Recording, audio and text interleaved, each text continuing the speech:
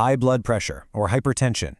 You probably know someone affected by it, or maybe you're even keeping an eye on your own numbers. We talk a lot about diet and exercise, right? But what if some of the biggest clues weren't on our plates, but were hidden deep inside our DNA? Well, that's exactly what a team of researchers wanted to find out, and what they uncovered is pretty fascinating. First things first, before we dive into the genetics, we really need to get a handle on just how big this problem is. This isn't some small issue. We're talking about a massive worldwide health challenge. Just look at that number. 1.28 billion adults around the globe are living with hypertension. And here's the really scary part. The World Health Organization says that almost half of them don't even know they have it. That's exactly why it gets called the silent killer. It's a huge driver of heart disease and early death all over the world.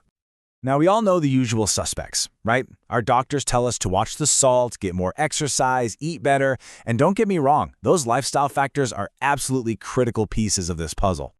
But lifestyle alone doesn't tell the whole story. We all know that person who does everything right, eats clean, works out, and still struggles with high blood pressure. So that begs the question, what if the most important clues are actually written in our genetic code? And that's where the DNA detectives come in. For years, scientists have been hunting for genetic suspects, specific genes that might make someone more likely to develop high blood pressure. One of the prime suspects is a gene called AGT, or Angiotensinogen. You can think of this gene as a sort of master controller. It creates a protein that's absolutely vital for how our bodies manage blood pressure. So yeah, you can imagine that even a tiny tweak here could cause some major issues down the line. So this gene is located on our first chromosome, and researchers have really zoomed in on one specific part of it. They're looking for what you could call tiny spelling differences in the genetic code. It's like having a single typo in a giant instruction manual. That one little change can alter the final product, potentially messing with our blood pressure. So okay, that's the theory, but how do you actually prove it? Well, you have to look at real people. And that's exactly what a really interesting study did in the Jammu region of North India. They put this genetic theory to the test. The mission was simple, but really powerful. Could they find out if these specific spelling differences in the AGT gene were more common in people who had hypertension compared to those who didn't? They were on the hunt for a direct genetic link. So they set up a classic case control showdown. It took DNA from 180 patients who were diagnosed with hypertension and compared it against DNA from 350 healthy people. The big question was, are there any genetic patterns that pop up in the high blood pressure group? So how in the world do you spot these tiny differences across 530 people? They use a special lab technique that basically acts like a genetic magnifying glass. You don't need to remember the name, just know that it lets them scan the DNA and pinpoint the exact spelling variations they're looking for. Okay, and what they found? Well, it was pretty incredible. It wasn't just one simple answer. No, this investigation uncovered a tale of two different genetic variations, right there in the same gene, each having the complete opposite effect on a person's risk. So let's meet our two main characters. On one side, we have a variant called RS699. We're going to call this one the risky one. And on the other side, we have RS4762, which we'll call the protective one. How wild is that?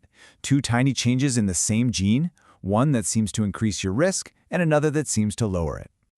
All right, let's look at the evidence, starting with our first character, the risky one, RS699. And the numbers really jumped out. The data showed that people carrying a specific version of this variant, the C version, had 1.72 times the odds of having hypertension. That's a pretty significant jump in risk. You can see it right here on this chart. This risky version of the gene was way more common in the group with hypertension. It showed up in about 29% of them, but only in 19% of the healthy group. The numbers tell a really clear story here. But wait, that's only half the story. Now we have to look at the other side of the coin, the one that turned out to be surprisingly protective, RS4762. Now, this number tells a totally different story. An odds ratio of 0.55 means your risk is almost cut in half. Yeah, a number less than 1 is what you want to see here, and it suggests that having this T version of the gene actually helps protect you from high blood pressure. And just look at the chart. This time, the story is totally reversed. This protective gene variant was twice as common in the healthy control group as it was in the group with hypertension. This is some strong evidence suggesting this little spelling difference actually helps keep blood pressure in check.